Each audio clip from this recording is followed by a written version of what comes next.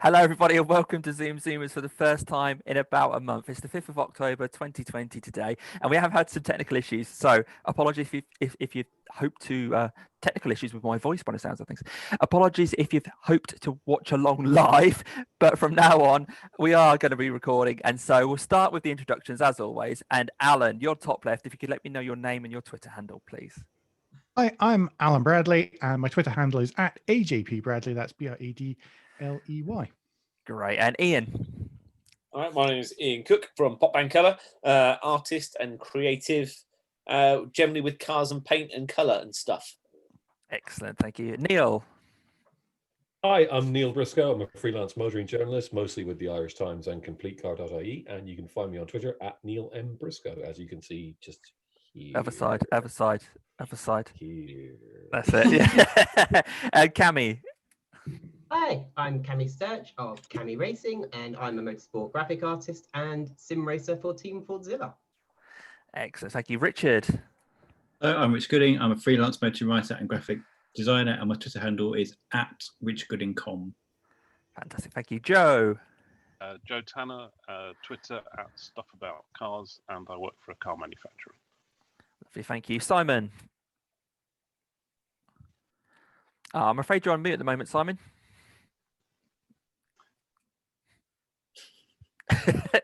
No, you're not on mute anymore, but we're afraid we can't hear you still, unless it's just me. But No, it's not you. You might have to set the correct microphone. I just had to do that. Oh, did you? Okay, we'll skip to Nia just for a second, Simon. Nia? Near Kahn, I'm a vehicle designer, and Twitter you'll find me @Near_Kahn. Make sure you get the A and the H the right way around. Do you get that a lot? Do you get? I get an awful lot. Yeah. Sorry. Here we got Ben. Evening. Sorry I'm late. All right. I'm Ben Hodges. Twitter handle is Ben SV Hodges @Ben SV Hodges, isn't it? That's it. That's the one for you. Naomi. Naomi Panter @Naomi Panter on Twitter. I'm a motorsport consultant and co-founder of a company called Navigate Partners. Excellent, thank you. Okay, Simon, let's have another whirl. Let's see if this works.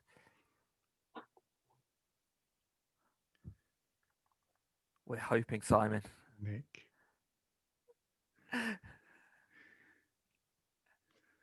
No, I'm afraid we can't hear you.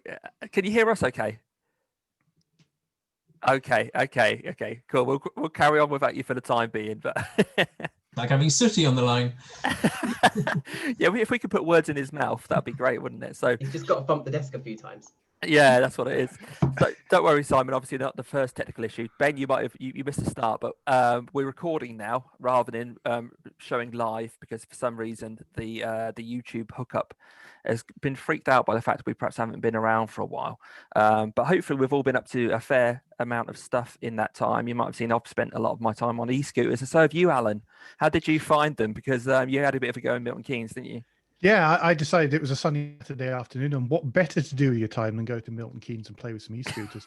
I thought they were great. I did, but you'd have to have good reason to use them. Absolutely.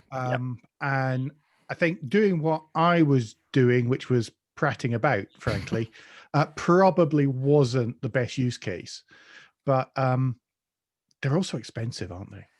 This is the thing. Yeah, I mean, you went to Milton Keynes, and at the moment, Spin is one of the operators there, and they don't have an unlock fee. So you're already £1 up, but you still found 25p a mile. I think 25p a minute is quite a lot of money, isn't it?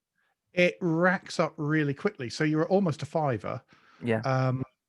You're almost a £5 for a 15-20 minute zip to get from A to B, and unless you can buy that as part of. Sorry, I'm going on too long here.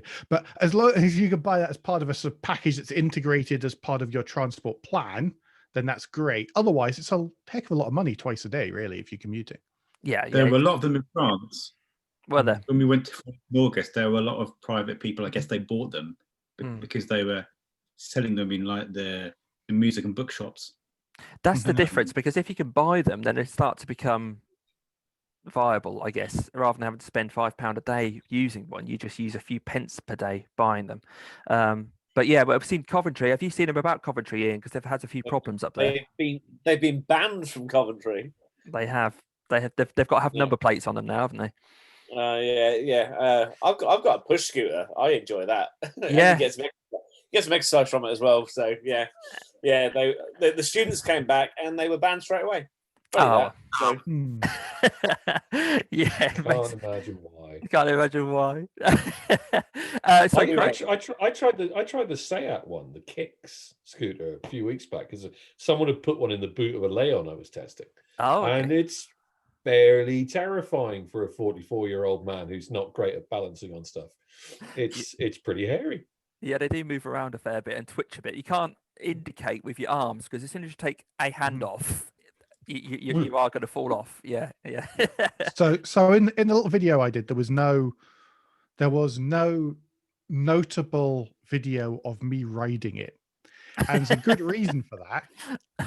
It's because whilst I was having a great time and I felt fine, it looked like an elephant about to fall over on a scooter. That is the look. So it wasn't the best. It really wasn't the best look. It's hard to make it stylish. I got caught out by ITV cameras. Local news were there when I did a little bit of an article, and the news crews came along, and so in full view of Anglia TV, it's me kind of with a helmet on, doing it properly, and just yeah. And you don't realise you have to give a fairly hefty kick to get started. That took me a good 5 minutes or a couple of quid of my time on the first spin one. Before I could actually work out how to push in the throttle. Why the heck is it not moving? And it turns out you need to give it a fair old shove. Yeah, which you mentioned in the video. Fine. Yeah, you mentioned it in the video because you did criticise a sticky throttle, and then you said, "Oh, actually, no, hands up, it was I needed to give it a kick start." So, but knowing how you need to do it now, I suppose it's a lot simpler. So first time and everything. There were too many people around for me to actually video the first time going because I was self-conscious enough as it was. Thanks. Yeah, Near in your part of the world, are they quite prevalent? Really?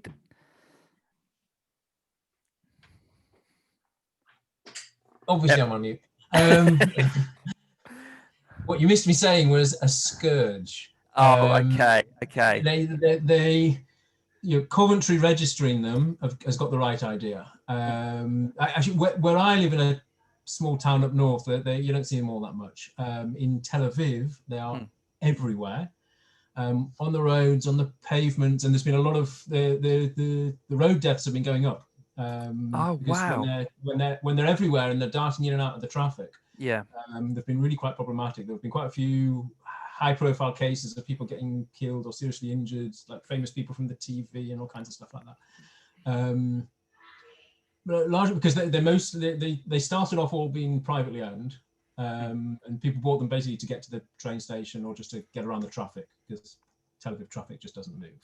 Yeah. And then a lot of companies came in hiring them on a per minute basis. Basically, you just kind of you swipe your card or your phone or whatever, you jump on it, you jump off it, and they were just getting left everywhere, and people were riding them without helmets, and they are when they're theoretically a great idea, especially as for fixing that last mile problem of getting to or from the train station and that kind of stuff. Like I could see myself using one here, getting from the train station to home. But I say Coventry's got the right idea, and in Britain you need to look very carefully about the other around the world at how it's been working in other countries, and try and learn from that rather than having to make your own mistakes, because as I say, they need to be registered. You need to make sure that people have helmets. You need to make sure that the people who are using them realize the dangers of using them, because they seem very toy-like and grown kids getting back on skateboards, that kind of stuff. When you start darting in and out of the traffic, they can be really problematic. Absolutely. So potentially a great thing, but they have to be used responsibly, or they could be dangerous. But talking of the future of mobility, electric vehicles, that kind of thing, Joe and Naomi, you've both recently acquired electric vehicles. Naomi, how has it been? I love it. Absolutely love it. Well, I say that I'm doing my first long drive tomorrow to Dublin. Right. How far would that be then? I think it's 200 kilometers. Right.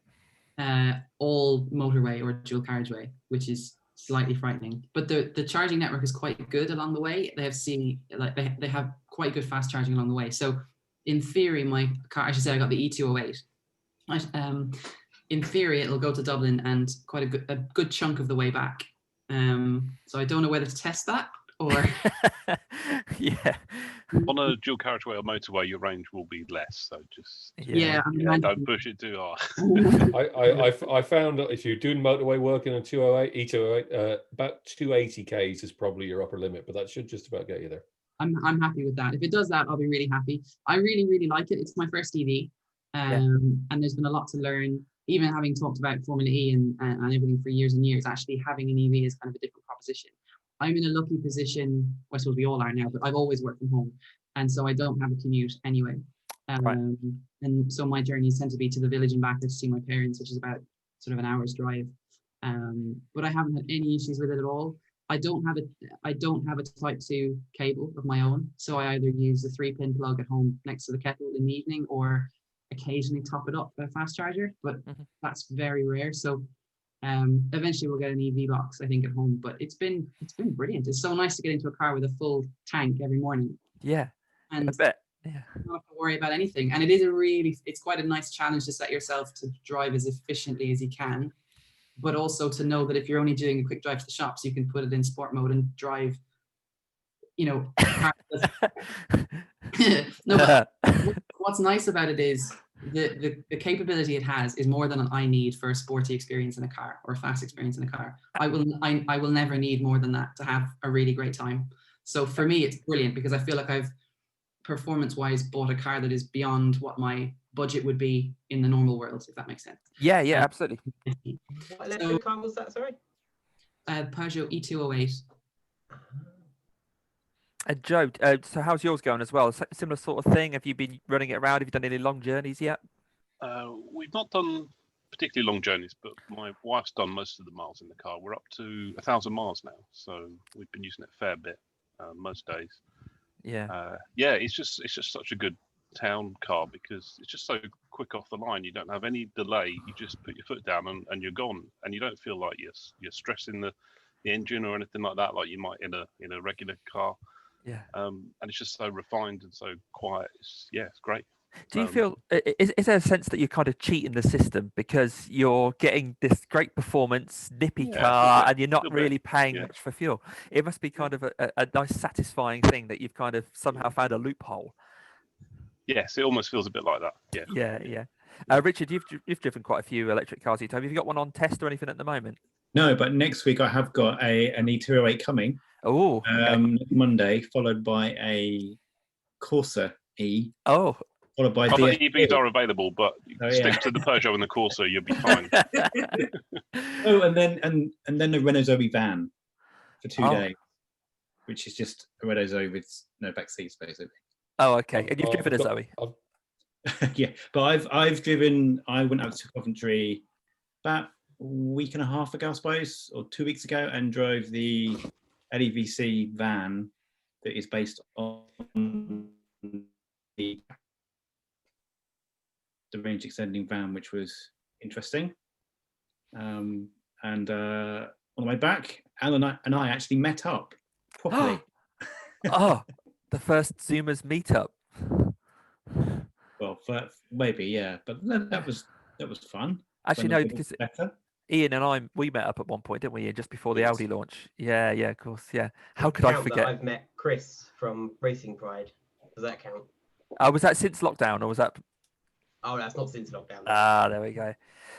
So yeah, we sorry, Craig, we've kind of been chatting away, and I know you've come along for the ride. You may have noticed that we're not live. You might have seen the tweet go out to say that we're having some technical issues with being live, but we are recording. So if you could just let people who are watching back know your name and your Twitter handle, please.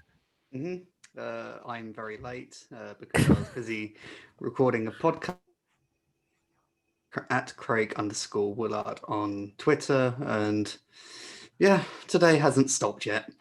I did see a tweet to say that you today hadn't stopped. So what's this podcast then? Is that one that we can all tune into?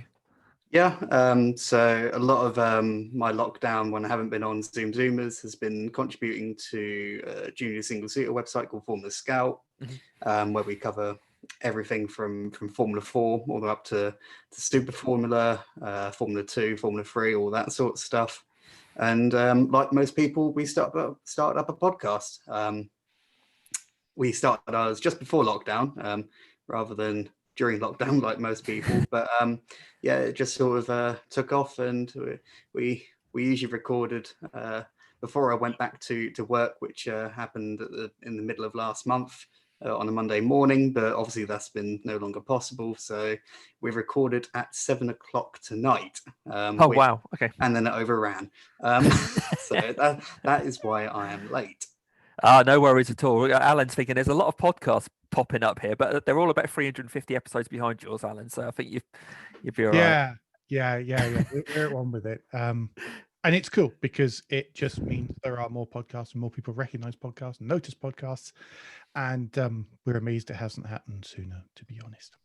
By the way, I got my my second prize from you. Did you? The banger. Oh, I don't know if it came from you or straight from James or. It came straight from James, I hope. Yeah, so I got the latest Bangernomics book by answering a question on the Motoring Podcast. So keep an eye out or keep an ear out for the Motoring Podcast for similar prizes maybe in the future. I think this is a special celebration that you were doing. Well, that was for both 5 years and our fifth anniversary, and our 350-ish podcast fell within a week of each other. Yeah. So that's what we did. And we said, if we were organized, we'd have organized a competition or something special.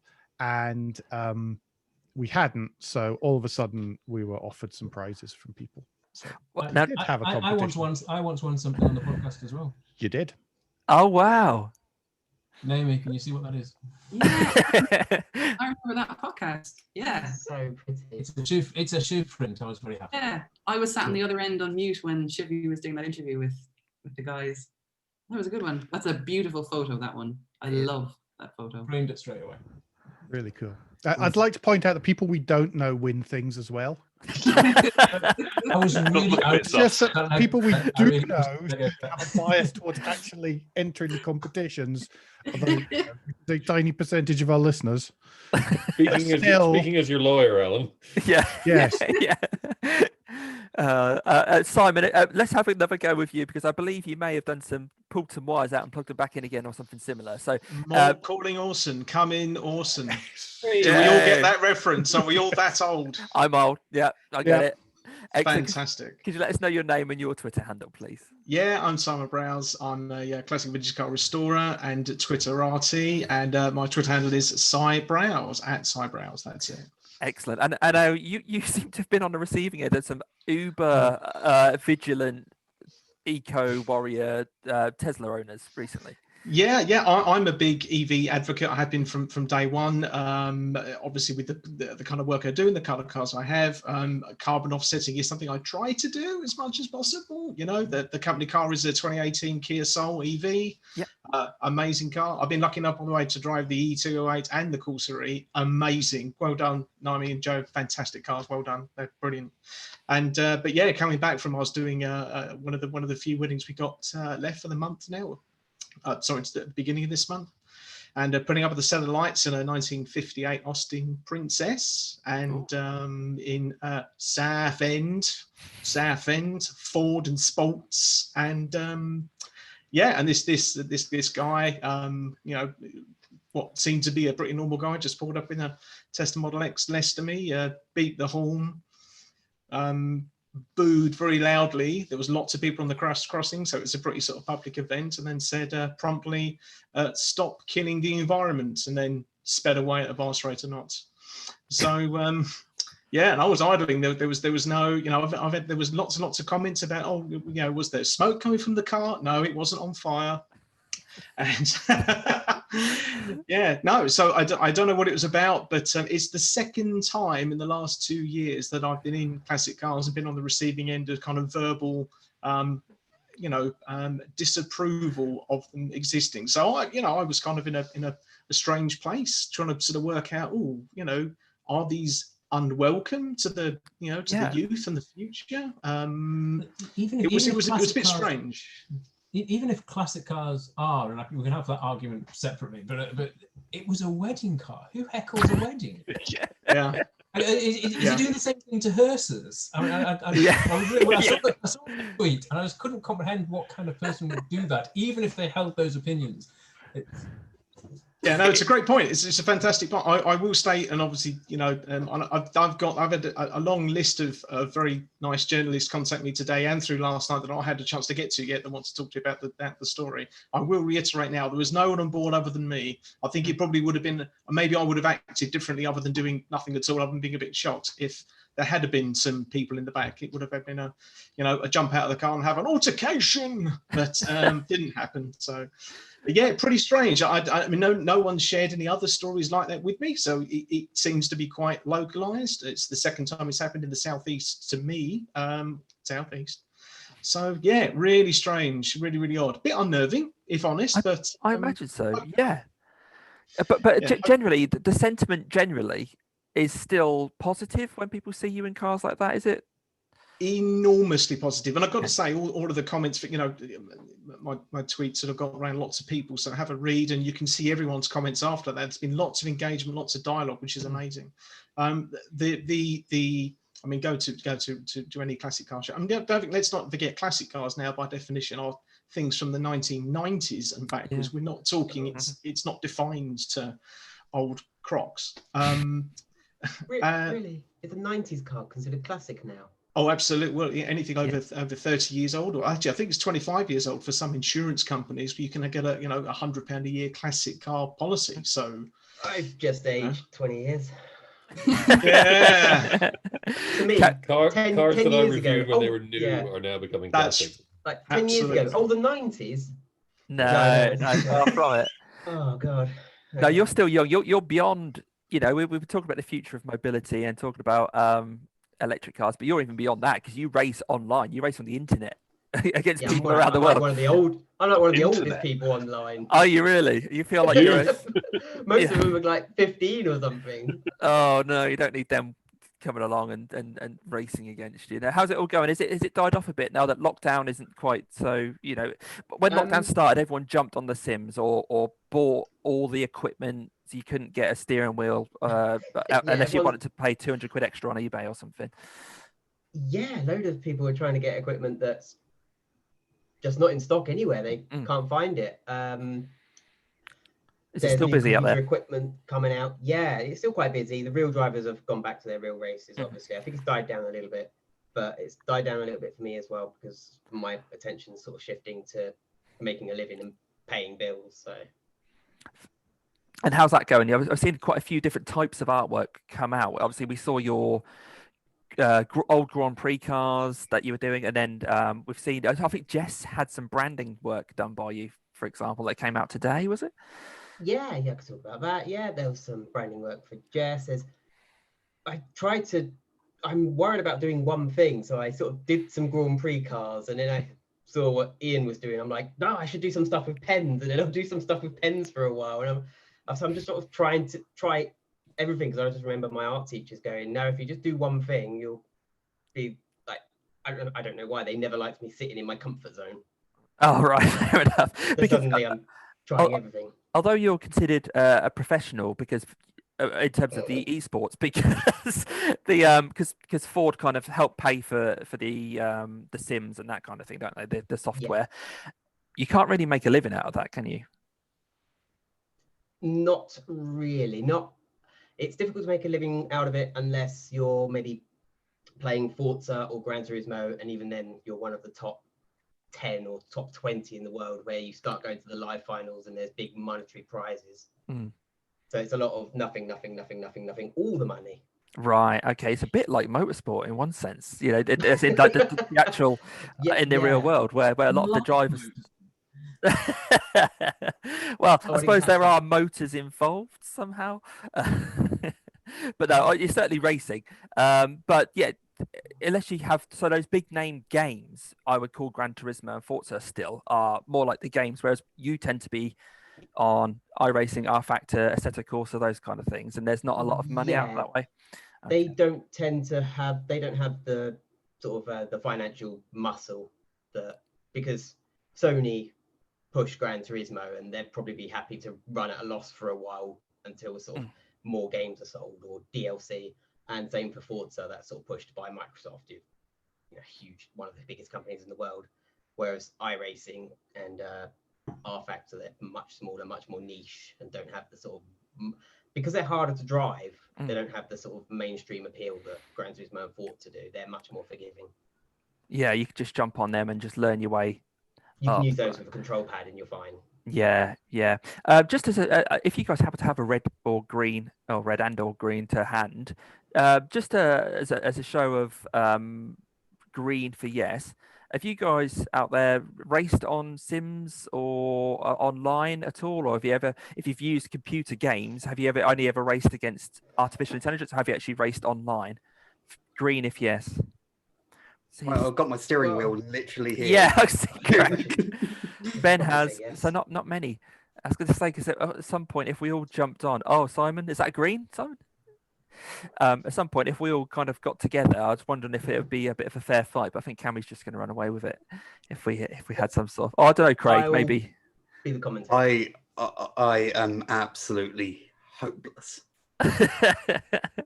What do you tend to race on, Craig? Because you've got your team, haven't you? That's based on by collars, but it's not by collars. It's your version of that. By Craig. By Craig, yeah. Yeah, it's just like club level sort of sim racing, essentially. So how like in real motorsport, you have club meetings and you have just people with a little bit of money buying a banged up old car and rocking up at a Castle Combe or somewhere. You get the same sort of thing in sim racing to a degree, and that's what I do. I have absolutely zero talent, if you will, and I just plod around sort of like somewhere towards the back/midfield sort of area and have a bit of fun, and sometimes I fluke a result out of it. But obviously with the world returning to, I say normal, the world changing again, if you will, and my free time becoming considerably less once more,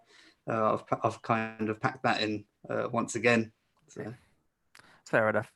Well, as we've got the red and green stuff to hand, let's go through some red-green questions. And off the back of that, we'll start off with thinking about getting back into racing in the real world. So one of the questions I had was, I would attend a race meeting if I was allowed, just to get an idea of. I did a couple of weekends ago. Did you? So, okay. yeah. So Joe and Naomi not so keen. Everyone else thinking, yeah, I'd get that. Okay, cool. Well, we'll carry on with some red-green questions then. So if anyone hasn't seen this before, the guys will hold up something green if they agree with the statement or want to say yes, and red if they just want to disagree. So some of these will be about cars, some won't. Next one. I watched Top Gear last night. No, 50-50. Ben, what was yours there? Sorry, mate. Is Ben frozen or is it? Oh no, he's red. Sorry. Let's have a look. The next one. Honda is better off without F1.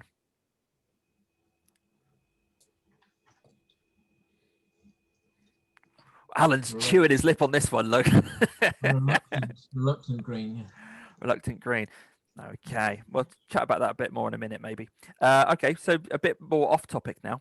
I wear a wristwatch. Not this very second, but generally. Yeah. I mean, I don't know if it's like a dying thing. iPhone is better than Android.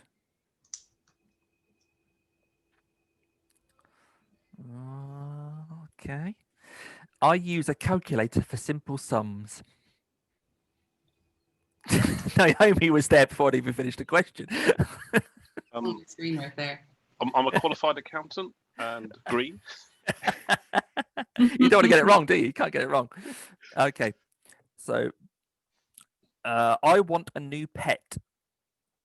Just got one. You've got a pet? Yeah. I'll bring it up in a minute. Oh, okay. I hope Janet didn't hear you ask that, by the way. Oh, no. Yeah. She's still new. Janet's still new. She's only 3. Okay. Pagani is better than Koenigsegg.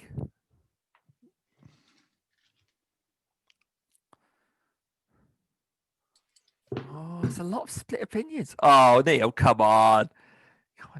You take an easy way down. Okay. This one, Neil, you have to answer this one then. Aston Martin is better than Ferrari? Ooh. Oh, there's only a little bit of Ferrari love. Only a little bit. I should say Ferrari makes some excellent cars, but just the image of the brand does nothing for me. Yeah. Okay. If I had a pet parrot, I would teach it naughty words. Oh, yeah. I'd teach it Monty Python scripts. Wasn't that in the news recently, Damien? Yeah, That's what I've been doing in lockdown. something triggered that. I don't know why I wrote that down, but there must have There been a was trigger. some parrots in a UK zoo who were basically, they had to take them away from public view because they kept swearing. Didn't they laugh about it as well? Didn't they teach each other to laugh or something? They'd say naughty things and then laugh. I think that was just like a learned response as well. Okay, Naomi, I think that's enough of the red green, because you've got a pet. Yes, hang on. Pets trump everything. Yeah, come on, Pet put chat, that on hold. 2020. Pick it up, annoy it. Annoy it. Oh. He's inside a pineapple at the moment. Oh. Who lives in a pineapple and no one? I just scared him out of his wits. Yeah, I got a little kitten. What's his name? Onion. Of course it is. Says the man who called his dog Janet. Exactly. It's weirder shouting onion from the doorstep than Janet. Yeah. Did I ever tell you guys? Because I've also got two cats. One is called Dermot, and he was the first pet I had. And there was once when I was actually quite seriously ill, and No, we're not listening to you now, Damien. No, I know, Yeah. I know. Hello. Yeah, Sorry, I get there's it. a I get kitten. it. Onion. Is that because it like makes you cry? Like if he slaps you and Onion says you cry. He does. He's an absolute bully. He's real bitey, scratchy kitten because we got him really young. But he'll get over it. It's fine. He'll be lovely. He'll be Sorry, a lap cat. continue, Damien. Oh, thank you, Cammie. No, I was just going to say, I was quite ill once with the kind of meningitis that isn't quite so dangerous as the other one. And I was discovered at the bottoms of stairs when I lived alone, but I had my cat Dermot. And my parents saw me through the letterbox because I managed to get downstairs. They rang the ambulance, managed to get in. And then as I was being led to the ambulance, barely conscious, they asked whether I lived alone. And I said, oh, no, I live with Dermot. And I didn't think to mention he was just a cat. So I was led to hospital, and they thought they had to try and find someone called Dermot. Anyway, so off topic again, as always. Lovely to see Onion. How old is Onions now? Onion or Onions? Onion. Onion, okay. He's, I think, about 10 weeks old. We've had him since 5 weeks old, which is younger than normal, which is why he's a bit violent. But he's getting there. So you've got to be his mum and teach him how to cat. Yeah. Basically. But it's awkward. He stays up here in the office with me during the day, but every now and again I like leap in pain because he jumps onto my lap to claw himself up onto my lap. Right. And yeah, my jeans are just shredded and I'm in bits, but he's cute. But he's cute. So Keep kittens away from Lego. I learned that. Keep kittens away from Lego. Like they just end up building lairs. What happens? No, I had the Porsche GT3 RS, and I just remember the one kitten getting on the rear spoiler, and then like as the other one was sat on it, and then pulled the other one up, and the car just went and then into a million pieces. So. Oh, okay. Yeah. Yeah, I can imagine. Cats care not for your love of Porsche. No. Yeah. Still missing the front headlight as well. Oh dear. Oh, it's somewhere. The cat's eating it. Yeah. Yeah. Well, we did have a theme for this month, I guess. I mean, I kind of launched it on you not too long ago, but I think it'd be quite nice rather than doing something a bit more flippant to actually use this as a bit of a platform to give a shout out to someone. So hopefully you've had a chance to think about someone that you might like to say deserves a bit of a mention. Onion obviously is one such person. Naomi, have you got someone else there in mind? Yeah, I have. Yeah. So there's one quick one that just occurred to me while we were talking about esports. Does everyone follow Tom Aaron on Twitter, MSV press officer? No. He's been doing all through lockdown these fictitious racing stories. So like he did one today or the other day about how TCR also stands for Tottenham Court Road. So he's got double-decker buses racing on the British circuit. He like recreates them in esports. Yeah. It's brilliant. And I really recommend following him because it must take ages to set them up. So I'd really recommend it. And some people fall for it as well. They actually think that's, I mean, if they show footage of this sort of stuff around Brands Hatch, you know, there are a few people in the comments that don't get this is just a game. Yeah, they're really, really good.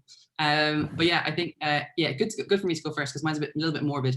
Mine is John Campion. So John Campion is an Irish, a very, very passionate Irish motorsport and automotive enthusiast who sadly died this weekend. And he, for a long, long time, Neil actually has written a beautiful obituary in the Times today.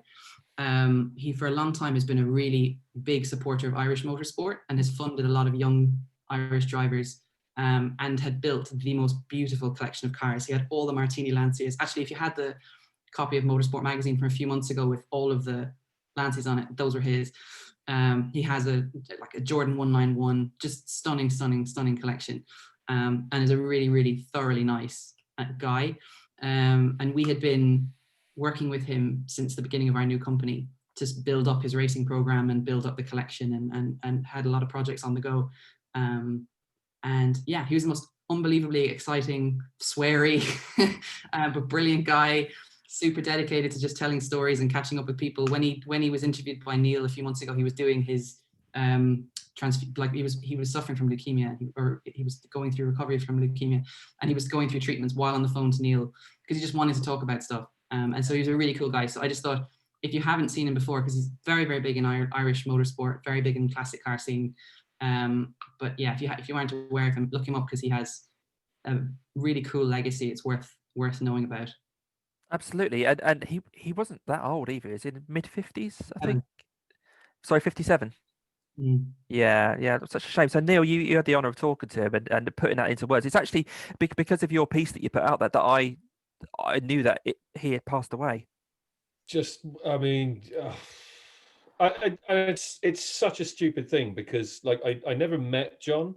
I literally spoke to him over the phone this summer. I knew of him, obviously. Because as Naomi says, he's in Irish motorsport terms, he's huge. But I was so upset to hear he'd gone because he was fighting that disease so hard.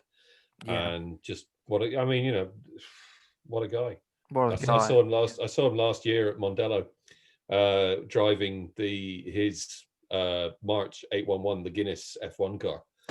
Well, I mean, it's just a fabulous thing anyway. Just to see it running. And actually, while I'm on, my shout out is for Mondello Park because obviously it's well known in Ireland, but it doesn't get a huge amount of publicity outside of that. And it's a great circuit, great people who run it. They're working so hard to keep everything going at the moment, particularly since, not so long ago, we lost another great Irish motorsports guy, Martin Boraine, head of Lola, who owned Mondello.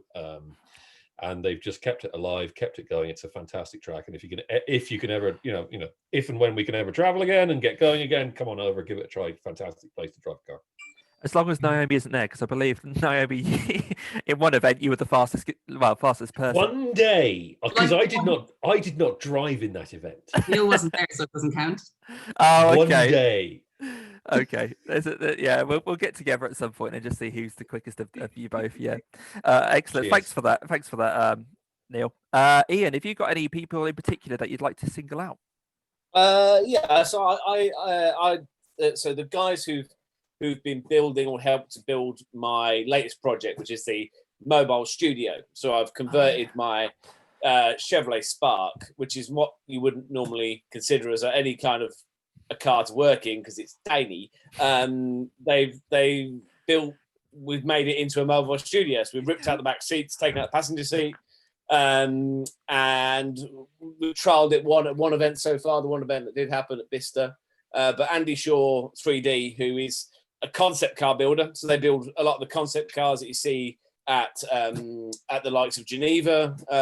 They're normally the guys who are behind it, and they don't get a lot because all their stuff is under, it's essentially secrets. That's under the NDA, so they can never actually talk about what they do. And they're an amazing company, literally in Coventry, but their work is seen globally all the time. So the opportunity to go and work in their studios and bring paint splatter and have some fun up there for a few days and turn a normal car into a functioning studio within 3 days was quite a feat, really. And the next thing is now to get the electrics, and I've now put a roof box on top of it, and upgrading the stereo, and just making it so that for the next, when I can get out and to events, it will be in the back of the car, and it can be a go to wherever in it, really. So yeah, Andy Shaw 3D at Vital Auto is who I'd say.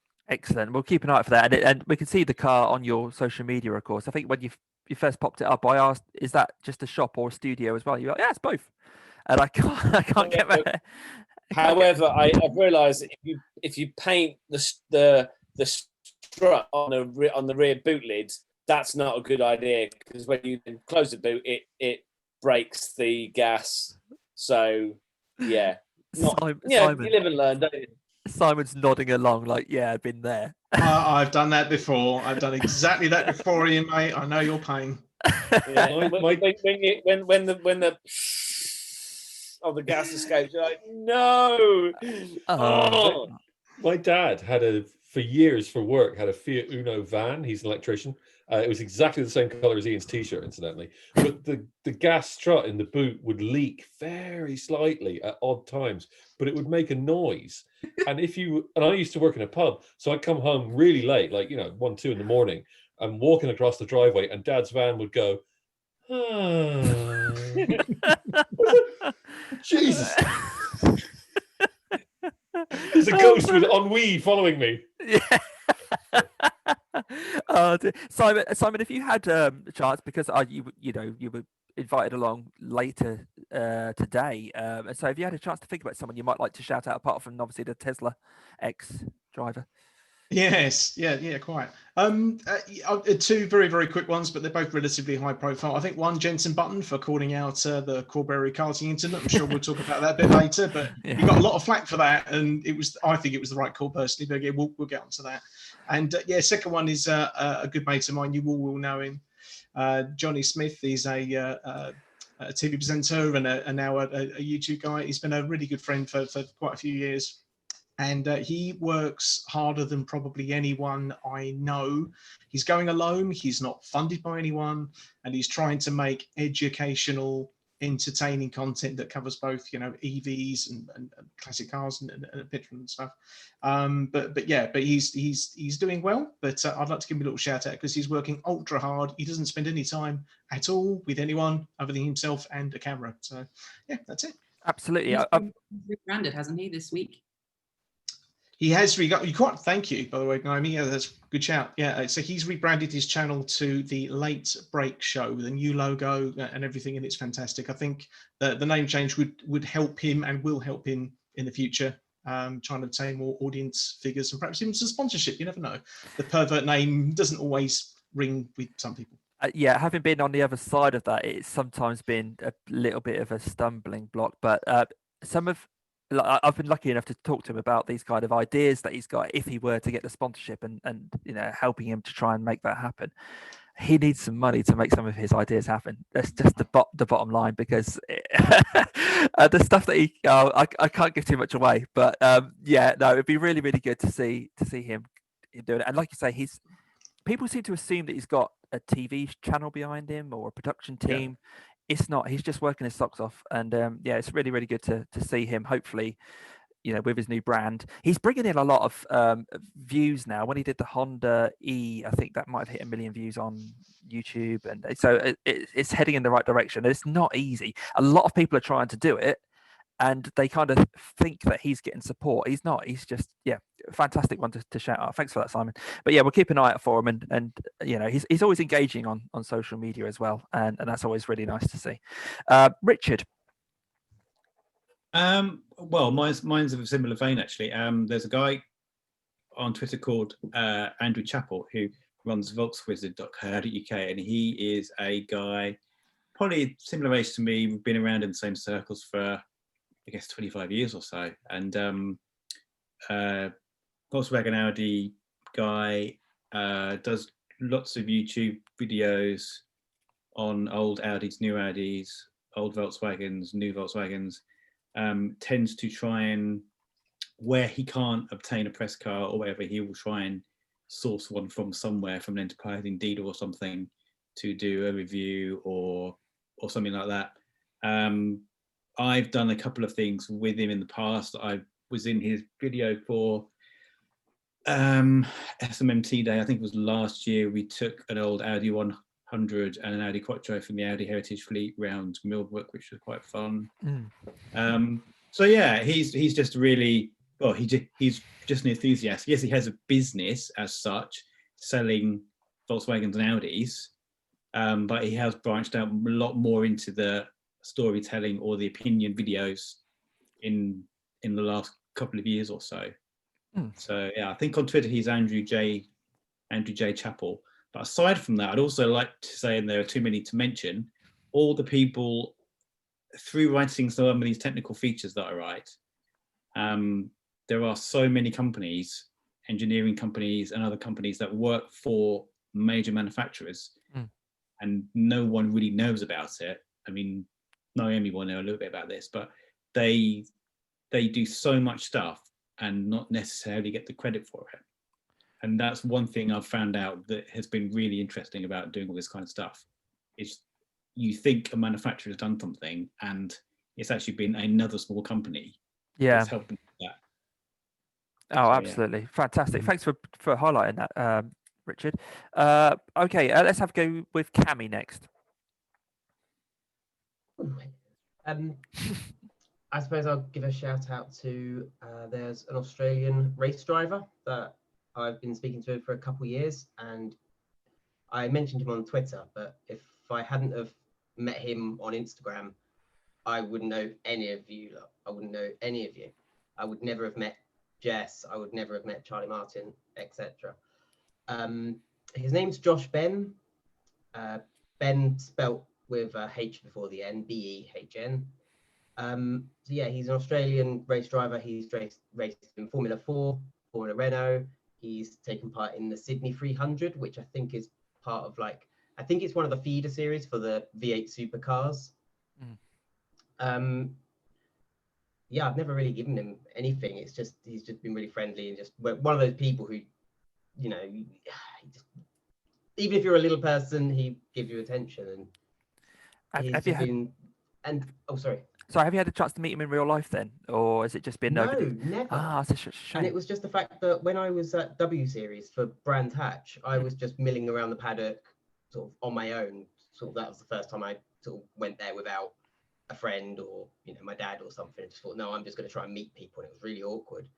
And as I was milling around, he just messaged me on Instagram with a photo of, a screenshot of Jess Shanahan's Racing Mentor post saying, first person to find me gets a copy of my book. And the photo of her was sort of taken 5 minutes prior, exactly where I was standing. So I sort of ran around like a headless chicken trying to find Jess. But had I never had that and he's in Australia, so there was like a 12-hour time difference. And he was right there on the minute that I was at the event. And then it was because of him I found Jess Shanahan and sort of screamed in her face when I found her. Yeah, I was really excited, and I was like, "Oh my god, you're Jess Shanahan!" And sort of said it in a really fast. And she was like, "Oh god," because I didn't even know what I was winning. I was just like, "Racing thing." I guess that's kind of a bit of a shout out for Jess there as well, because I guess she's helped you along along the way as well. Yeah, absolutely. I mean, I give Jess shout outs all the time on Twitter and everything, but Josh is sort of, I've not mentioned Josh so much because he isn't on Twitter, and being halfway around the world, his contacts are I suppose they're far less relevant. He's got different contacts that people around in Europe wouldn't know so much about him, and vice versa. So I just thought it'd be nice to just give him a shout out for a change. Absolutely. Fantastic. Thanks for that. Alan. Right. I'm going to follow Ian and Rich's leads really, about small companies that do stuff for big companies that nobody ever knows about. So I'm going to pimp my friends at Be Cool in Kettering. They do air conditioning is really their speciality, but they do lots of sports performance stuff as well. Everything from building race cars to do everything from building race cars to servicing anything you want to take them. But not just that, but they do lots and lots of development work as well. So they do lots of work for Tata. They do lots of work for LEVC and Lotus and all sorts of development bits and pieces for big brands as well. And they're a smallish garage in Kettering. They're also foolish enough to try and squeeze a Toyota Corolla T-Sport engine into a Yaris T-Sport. So yeah, but Dave and I have kind of been there whenever I've helped him out, and he's really helped me out in the past when I've needed it and when I've not had another choice. So always get a quick pimping from me. The other one is Mission Motorsport and Race Remembrance. You might have seen a tweet and posts from James Cameron today. Because they don't have Race Remembrance this year, it's causing them a bit of a funding gap. So they're trying to make up for that. Race Remembrance, when it happens again, is absolutely fantastic. It's a great way to spend a weekend standing in the cold and rain. And if you're not standing in the cold and rain, you can stand there and watch Ian work. But you also get a chance to meet really cool people. And well, the first time I was there was to be pit crew for Charlie, and the team that she was racing for, and that didn't really work for various reasons to do with the Renault Clio putting its piston through the block. But yeah. So it's an awesome event. They're an awesome charity who do a lot of great work, and well worth keeping them in mind. Excellent. Thanks, Alan. Let's go to Craig next. Yeah, I was going to say Jess as well, actually. Jess and Toby, who are obviously not with us this evening, but they definitely deserve a shout out because absolutely love the podcast that they do together. Certainly fills a gap that no one ever thought would have ever existed. But absolutely brilliant to listen to. It's really, really insightful.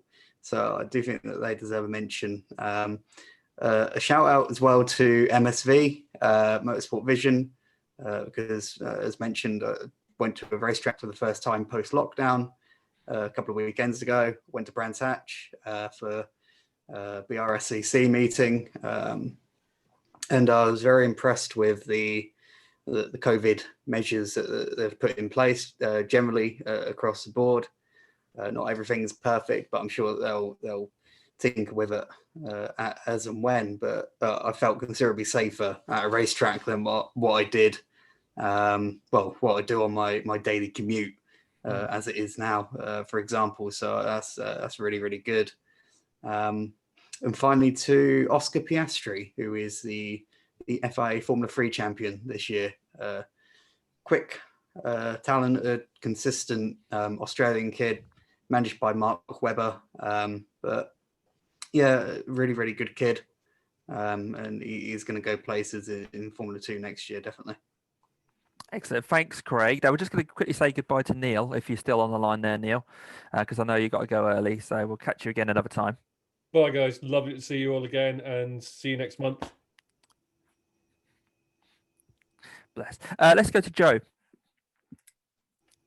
So Simon stole my number one choice, but then I know Simon and Johnny work together. But yeah, second shout out for the late break show. So I've just come up with another one, which is Petrol Blog. I don't know if any of you are familiar with Petrol Blog. I know Alan is because he has one of the stickers on one of his cars, I think. Two stickers.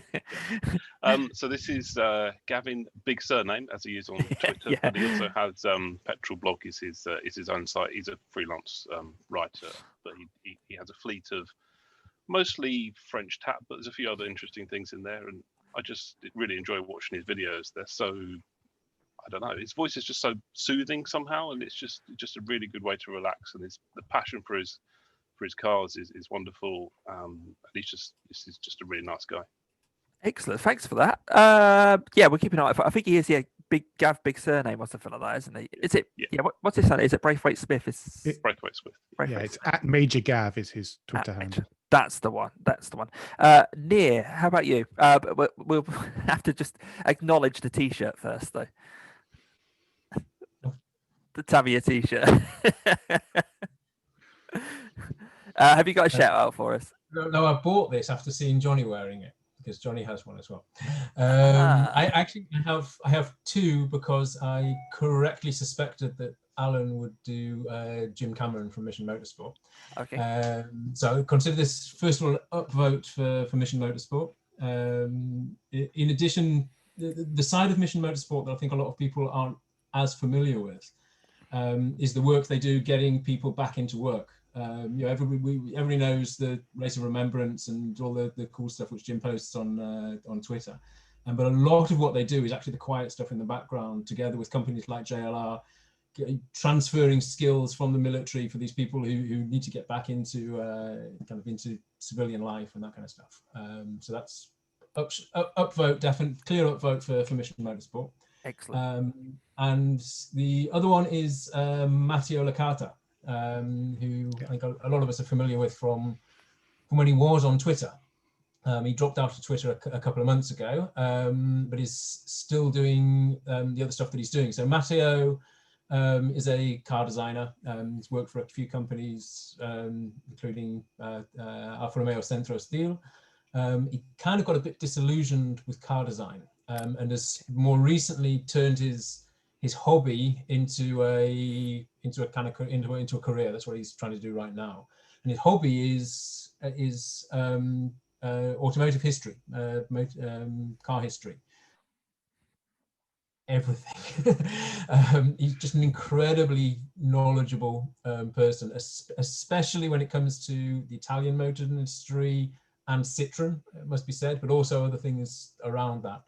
And so what he's doing a lot now is the YouTube channel, which he started up a while ago, where he does these really interesting shorts. They're kind of more like the vignettes, really. Short motoring histories about, he'll like pick, the Alfa Giulietta or the Boxer engine or the some detail of the Citroen DS, and does these really fun, interesting videos. And he's also writing a lot now. This the thing he's been doing a lot since he dropped off Twitter was really so that instead of wasting his writing on nonsense on Twitter, he's now writing for Medium, and he's been putting some great articles out on Medium about various elements of car history and car culture and stuff. Really cool stuff. So that's Matteo Licata. Roadster Life is what he goes by. If you search for either Matteo Licata or Roadster Life, you'll find him. Can I just say that his videos are well worth watching just for Matteo's accent? It's fantastic. Absolutely fantastic. Excellent. Well, yeah, we'll check that out. Yeah, Roaster Life is how I used to know him on Twitter, but as you say, he's moved on from that. Okay, Ben, have you got any idea of a person or two that you'd like to give a shout out to? So yeah, I had to think about this, but recently we've started filming again. Okay. Carver. So obviously aware that it's kind of a different world now, and there are particular couple of brands that have at least have really kind of bent over backwards to help us with cars, and just new film crew, new script writers, and just all those people that have kind of literally kind of really pulled their fingers out to kind of make it happen. And also just with the film crews, it's kind of difficult to work now because you can't really have two people in the same car, and PRs drop off cars and they kind of want to leave them for a couple of days in between. So they're obviously aware that, it resulted in me leaving a Ford here and then sending the keys back to the PR from the Peak District and having it picked up in my absence, and then, them having to kind of track it down as to exactly where it was parked. And it was a very last minute thing, as in it should have been I believe it should have been with someone else, but possibly might have been a bit late. So, the fact that they are still doing that and they're hopefully helping us make some great new content. Excellent. So what kind of cars are you able to say? What cars you've been testing recently, or what's about to come out soon as either video or an article? It will be towards the end of October, and it's kind of all to coincide with Carbire's 10th anniversary, which, believe it or not, it has been around for 10 years now. That's amazing. So, yeah, it's hard to believe. So excellent. Yeah, and when you look at all the numbers of what's changed in the last 10 years, you'll be quite shocked. Okay. So does it allude to that in the content that you're producing? Does it have a look at Carbire over the last 10 years? Yeah, and there's a lot going on with sort of new video content as well. So some of Okay. you will have seen it on my Instagram stories with certain cars, so that's fine. That's Okay. about all I can say. But you'll see it soon, and it's going to look great. That's all I can Okay. say. Yeah, I look forward to it. Fantastic. So do you guys have an in-house film crew, or do you use freelancers, or how does that work? So we now have external film team. So it's kind of new for us, new for them. Yeah. But even in the rain, which obviously is more of a regular occurrence more recently, they just they just carried on regardless, and we got it done. Because it's obviously when you're on site, you've kind of got it for the day, and you're like, right, if you don't get it all today, that's it, we're done. Yeah. And then there's me running around with scripts in one hand, and then a kind of trying to make sure that everything goes according to plan with the presenters and everything else, and then just trying to keep the car clean as well, which is obviously very difficult. Yeah, I just get to the right car to the right place, which is always good. Yeah. So, Oh, we'll look forward to seeing that. Fantastic. Good to see that there's going to be some new content coming out. Great stuff. Okay, let's have a look at something that happened. Well, not have a look, but we'll talk about something that happened a couple of days ago or whatever. Because Simon, you mentioned it earlier about the karting incident. So, as a red or green, have you seen the Corberi, I guess it is, karting video? Let's see who's seen it. Richard's Seen some of it, oblivious. You've seen some of it. Yeah, there's two parts of it. There's the part on track where he retaliates to something that he disagreed with, and then there's a bit in the pits afterwards. Simon, since you mentioned it, do you want to just talk us through what happened and what your impressions of that were? Yeah, I mean, I haven't seen a great deal of what happened on track. There's not that much coverage of exactly what happened on track, but there was some sort of a from what I saw of it, a relatively low speed incident. But after the race, when this was the KZ World Championship or KZ World Championship, and as the karts pulled into Parc Fermé and parked up, I actually forget the name of let's call it the victim, but the other the one on the receiving end of the punches. Yeah. He was getting out of his cart, and Corberi just ran at him full pelt, as he was climbing out of the cart, helmet on, and shoved him against a wall. I read somewhere that there was a second altercation a few seconds later, and that guy was the owner of the circuit, who was someone's father. I've got to read up on the details of that, but there was definitely a family. Was it? Apparently, it's Luca Corberi's dad and owner of the track, and they said that he was only in that one race, so he doesn't care if he gets a life ban because he wasn't racing throughout the season anyway, something like that. Wow. Yeah. And have you heard that today that there's been a statement? I don't know if that's what you were going to say, Alan. That wasn't what I was going to say. I was going to say the bit beforehand where he was standing at the side of the track was the bit that I'd seen, waiting for the other guy to come round and throwing bits of kart bodywork at him onto the track. And I think hitting another person as well, because I think he aimed at the guy that he intended to hit, but then missed and hit someone else. And if you see the footage afterwards in the Parc Fermé kind of area, the guy that Corberi comes in and attacks is a tiny person. I'm not sure how old this driver was. And then a couple of seconds later, when it's been broken up, the dad flies in as well. But there has been a statement from Corberi today saying that he's giving himself a ban. Apparently, he went to the stewards or something, or went to someone, and they said, "Oh, it's not in our power to take your license away." So he said, "Oh well, I'm just going to go on record and say I'm never going to race again." So he's said that. And so we'll perhaps have to see. Simon. That's unbelievable. That's jumping before shoved, isn't it? But not being able to be shoved. That's exactly. That's what a moral high ground he's taken there. Amazing. Yeah. He'll end up on iRacing now. Great. Hey! It's hard for him to chuck bits of bodywork at you, though. Yeah. He has to chuck the whole car. So what did Jensen say then? Jensen called for a lifetime ban, I think, didn't he? Yeah, it's exactly that. Yeah, he was very, very quick. His response was very, very quick, very public to say, that kind of behaviour in any sport isn't to be tolerated, and he should get a lifetime ban straight away. There was very mixed emotions about if that would be the right call or not. Many people said it's not, and just a fine is all that's needed. But no, I totally agree. Shame he wasn't dealt with appropriately, rather than just being able to say, oh, well, I'm off now, lads. See you later. Fisticuffs. But there you go. Yeah, he said it. There's no one there to really govern that. So if he does come back in a couple of years' time, he'll just get, water will have passed under the bridge, and he'll probably get away with it. But I've seen people comparing it to the Moto 3 race where the guy reached across and pulled someone else's brake. There was a lot of people comparing it to, like, I've never seen anything outrageous, well, apart from the Moto 3 guy. Yeah, it's that attitude that he was quickly kicked out of his team.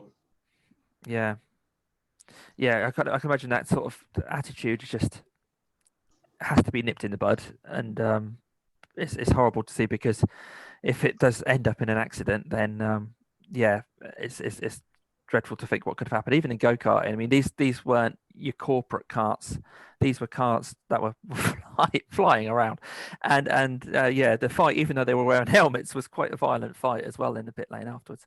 If anyone hasn't seen it yet, it's going around social media at the moment, so I'm sure you'll see it. A lot of people are sharing it, and on Twitter, for example, and putting their own thoughts to it. So keep an eye out for that. So anything else over the last month or so that you'd really like to say while you're here? Is there anything incredible happening right now, or is it kind of now that business is back to normal, life has settled down a bit? Anyone got anything in particular they'd like to say apart from getting a cat called Onion? I'm looking forward to Goodwood Speed Week. Oh, how long is it till that? 2 weeks. Next week, isn't it? Is it next week or the week after? Yeah, one of them. Are you going to be there, Ian? Is this one of those that you? No. Well, see if I can get the car ready. If I can open the boot. If FedEx deliver their damn parcel. Grr. Oh no! Yeah, talking of deliveries, Cammie, you've been having some fun recently, haven't you, with deliveries and coming? Your stuff being sent over to the States is a bit tricky, isn't it? No, it just makes me cry. It just makes you cry. So everybody knows I have a small Etsy shop where I've been doing my graphics and my prints, and I was left a fairly negative review because the customer was in America, and I'd had these notices up saying, the USPS is taking a long time to get packages delivered. But the feedback was fairly negative and said, took 2 months to arrive. I thought, hang on, no. It arrived in USA in 3 days. It took 1 month and 27 days to get from American Airport Postal Hub to your house. And I got blamed for that, so I'm very sad. Oh, I see. What would be the solution then? Someone in the States kind of printing these off for you? Is that something that you need to arrange, or are you just going to give up with trying to sell to the States? Ban Americans. Ban Americans. No, I'm gonna have to find an American printer or something. Okay. I can't keep it to post. Well, everyone can have a guess at this. How much do you think it costs to post something weighing 0.08 grams to the USA? £35. $20. All right, it's not that mad. Right, £15, which I think is okay. Too much for what's that? A couple bags of crisps in weight. Yeah. Oh dear. Never mind. It's as long as it's not a criticism of your work, which I know we all think's incredible. Oh, they also received it and went, "Oh, it's not framed." As per the description, yeah. I think you just got a special one there, man. Maybe. Yeah. Learn and get stronger from it and all that. Excellent. Ian, do you have any issues? Do you tend to sell to stuff over in the States, or if you do? Well, I sent myself out to the States and got sent back. If that what? If that is if you fly to Detroit and have the wrong visa, they don't like it, and they take your passport off you. They detain you for 3 hours, and then they put you back on the same plane that you arrived on. Is that because you only paid 15 quid? I didn't have the right visa. And so, it was only the launch of a Harman Kardon HQ with Ford and Chevrolet and GM there. It's nothing big. Nah, they'll do it again another time, I'm sure. Yeah. It's fine. It's a nice story. So and I've got a nice big black mark, a big red kind of black mark in my passport saying denied. Really? So, yeah. Oh, that's amazing. Yeah, which didn't go down very well when I landed in an American airport on a Kia launch, which was American airspace, and I'm not allowed in American airspace. They kind of looked at my passport and went, So yeah. Yeah. Oh, bless you. So, are you allowed back in America now? No. No. No, I'm still banned. So. Oh, okay. Yeah. There is a ban just because you had the wrong visa, so it's not even, you got it wrong. Come back, try again later. Well, they saw it as, because I've been out to America twice before. So if you go to Vegas, you're fine because you're entertainment. So I've been down to Vegas twice, and they saw I'd broken the law 3 times. This is my 3rd time, and I'm a bad person. So that my lesson was learnt by not arriving in Detroit. So yeah. Strike free, you're out. Yeah. Well, America, what an unusual place, hey? Providence is lovely. It's fine. Yeah. Alan, podcast. Is there the usual this week? Any special editions or?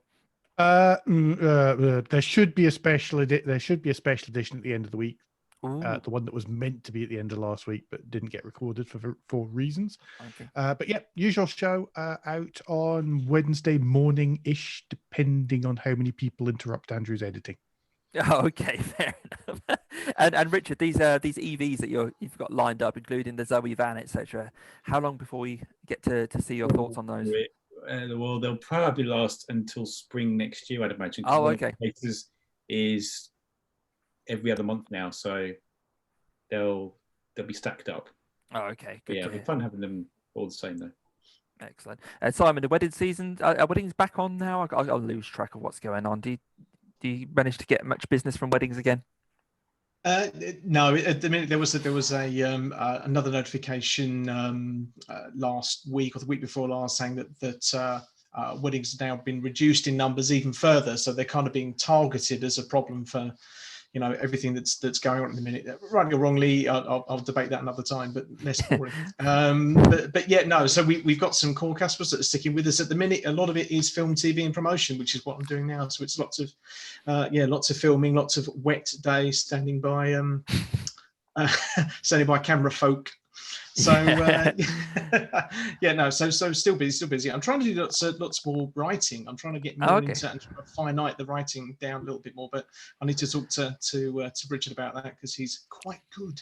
He is good. He is good. Yeah. And he's, another thing about Richard, he will always give you a lot of his time and have a nice chat. Yeah, won't you, Richard? You'll help Simon that way as well. Oh, fantastic. Yes. Good to hear. Naomi, I see lots of news about companies like Praga. We see Charlie, who I believe is a client of yours as well, and Praga have come together. Busy time for Navigate right now. I think you're on mute right now. Sorry, Naomi. Damn it. Yes, it's been a really exciting time. There's been lots of cool projects. Working now with BComp as well, and this week we announced we're working with the ERA Championship, which is a Formula single-seater electric championship. So you might think of it as like a equivalent of Formula 4, but electric, which is mega.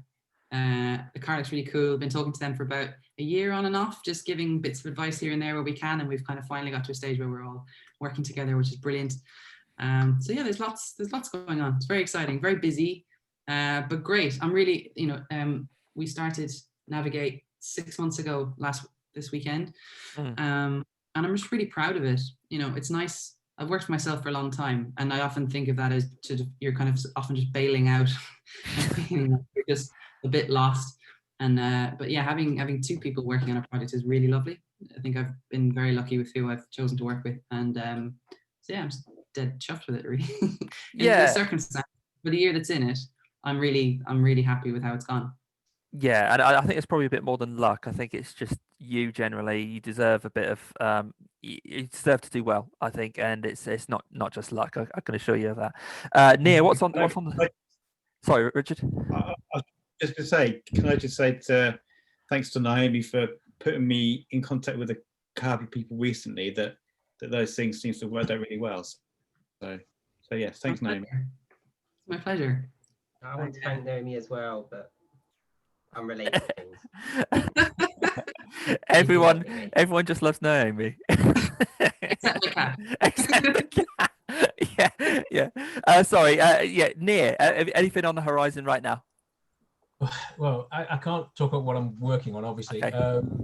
What I can say, it's been a bit of a frustrating year because in my business, we can't talk about what we're working on. We can only talk about what we've finished. Okay. And in the absence of all the trade shows and exhibitions and that kind of stuff, without those kind of false deadlines of having a place to unveil stuff, we haven't been unveiling stuff either. There is something we've been working on for a while, something really quite new and cool that I can't tell you what it is, but the original plan for 2020 was to unveil it at a show called Eurosatory in Paris in June. So we were going to take the covers off in June, but, and I can tell the open secret now, it wasn't yet going to be a runner. It was going to be pretty and look all finished, and then after the show we were going to basically strip it down, rebuild it, bolt it together properly and start testing it. So in the absence of that false deadline of the show, we've gone straight to having a running prototype that we're working on. Because it's quite a new concept, we're not going to show it until we're ready to sell it. Okay. So in some ways, in a strange way, it's actually been quite good for us. Because we've literally just this week we've been shaking it down, and so we're really working on the important stuff and the nuts and bolts and everything. And when we do eventually unveil it, and I can finally tell people what I've been working on for a while, it's going to be completely ready, not just a show vehicle, and maybe in a year or so you'll be able to buy it, but it should be ready to go. And this is something on the military side that we've been working on. Awesome. But it is quite cool, and it's really frustrating because I want to talk about it. If you're ever lucky enough to happen to be at the same military show as Near is, and get a wee wander around stuff, then it is one of the most interesting hour and a half, 2 hours we did DSEI in. It's a really, really interesting way to spend a couple of hours. Just the ridiculous stories. And those are the ones he can tell. Yeah, I can imagine. We'll book him out next time we do that. Then. Yeah. Or you could just be our guide. We'll pile into the next one, and you can just tell us all about it. Sounds great, Neil. I can't wait. I can't wait to find out what it is. The intrigue is high. It's and I can see you beaming as well. You must be really proud of this one. I'm beaming because despite the military stuff, you'd all find this quite cool and interesting. Okay, fantastic, lovely, good to hear it. Ben, we look forward to hearing, seeing the content coming out from Car Buyer as well. And for everyone else, anyone else like to shout anything out before we wrap up for another month? I'm going to shout out for Jake Sanson. Okay, simple as that. Just because he was actually the commentator on when the whole go-kart thing with the guy throwing the. Yeah. He was the commentator. And I might be doing some work for him, so all right. Exciting. And that's stuff I can talk about. So great. And because his initials are JS as well, I can just take Jess's logo and just give it to him. That's the only logos you can do now. JS. Yeah. We need any brands. Anyone know any brands? J Sainsbury's. There's one. Yeah, they'll probably give you a few quid. Yeah, send it to them. Okay, well, thanks ever so much for coming along to this October ZoomZoomers. It seems like a while in one sense, but it seems like we're just like straight back in another. It's like nothing ever changed. So it's great to see you all, and it's really good to see how positive everybody is and how neat Alan's shelves are. It's just really. Damien, what about you? What have you been up to? I've been busy. Yeah, as you guys know, I've been bringing in clients slowly, and now trying to get money out of them. So, what would you like to shout out to, Damien? You guys, it's been fantastic. I mean, I have to admit that ZoomZoomers was a fantastic thing to set up, just off a flippant tweet back in March. Who fancies a Zoom call? Bring a toy.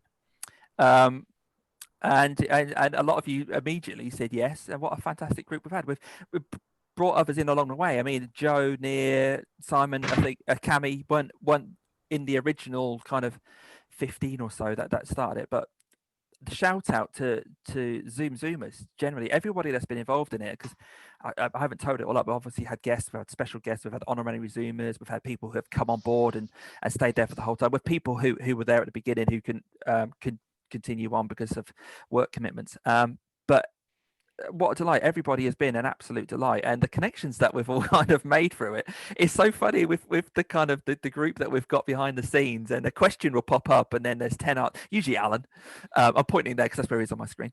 He'll go, oh actually, and then but no, an expert for everything in motoring, motorsport, road cars, EVs, mobility, all the kind of things, and it's just great that not only you knowledgeable and nice people to know, but you're just so fun and friendly, and it's such a great group of people. We say it over and over again, we need to meet up, and I hope people can get some sense of that when they're watching along, and hopefully can interact with us on social media as well, because we start off by saying what our Twitter handles are, because I think that's a great way for people to actually get involved if they've got questions about artwork for Ian, or for graphics from Cammie, or Naomi, Richard, car design from Near, and all these guys who are experts in their field but are still so approachable and friendly.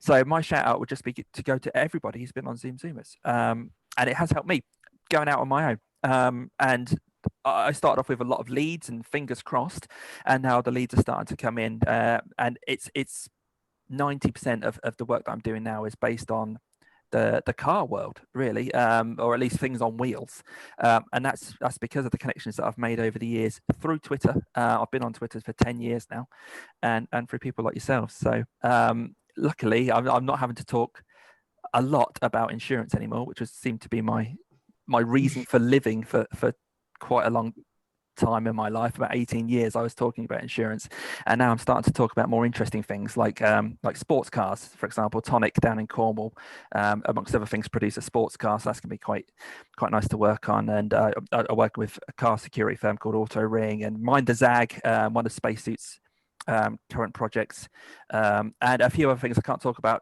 just yet, but I'm sure will be coming out pretty soon as well.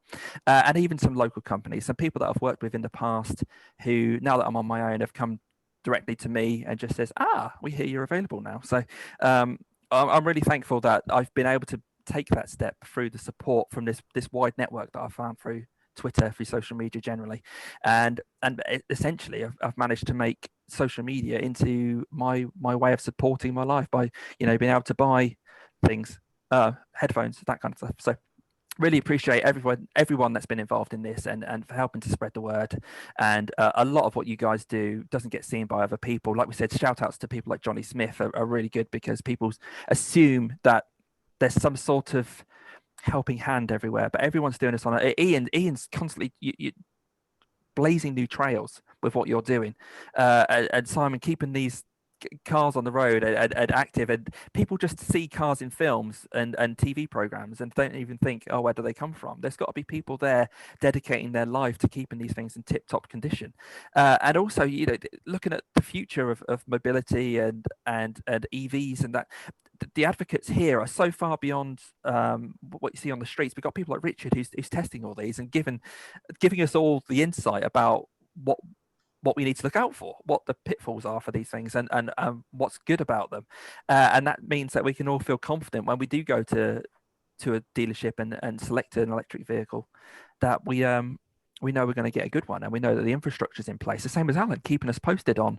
how car sales are going at the moment and the ups and downs of that, but all done in a fun, friendly, approachable way. It's not the news. It's Alan and Andrew just chatting about why Smart is still selling cars, and if they are still selling cars, just about ticking over. MG, what's MG doing at the moment, Alan? Are they growing? They are growing like mad, and it seems to be sustainable at the minute. And one day I will work out who is their PR person and try to work out how to actually drive one. Okay. New as well. New EV car. Yep. See, this is the kind of thing. Any question you've got, anyone out there who's watching this along and they think, I wonder who'll know that, just ask one of these guys, because someone on ZoomZoomers will know the answer to how many cars MG are selling right now and whether it's sustainable. So on that note, I think to summarize, I have to shout out to everybody that's been on this. All the videos are available for people to go and watch back on the YouTube channel. There's a subscribe button at the bottom of the videos as well, so keep an eye out. They're once a month at the moment. That may change in the future if it looks like there's call for more of this, but I think once a month is probably going to be manageable for us as the world of work encroaches on us again. In the days of lockdown when people were twiddling their thumbs, it was easy to do one a week, but I think once a month is probably good for now. In the meantime, though, of course, Alan's got his podcast every week, and publications are posting things by Ben and Richard and all sorts during the week as well. Craig's obviously writing for Formula Scout and many others as well. So keep an eye out for all our stuff. And I am wrapping up, I promise you, because that's, wow, is it 9:30? Wow. I'll probably end up cutting some of this when I actually do the edit, because I can actually edit this one. It's not live, is it? But to thank you all, that's what I'm doing. I'm thanking you all for your support, and I'm hoping that you'll be back again for the next one in early November. So the first Monday in November. I haven't actually checked to see what day that is, but I'm sure we can all figure it out. I'll put tweets out nearer the time as well. Until then, though, thank you very much for everyone for coming, and I'll see you next time. Take care. Bye.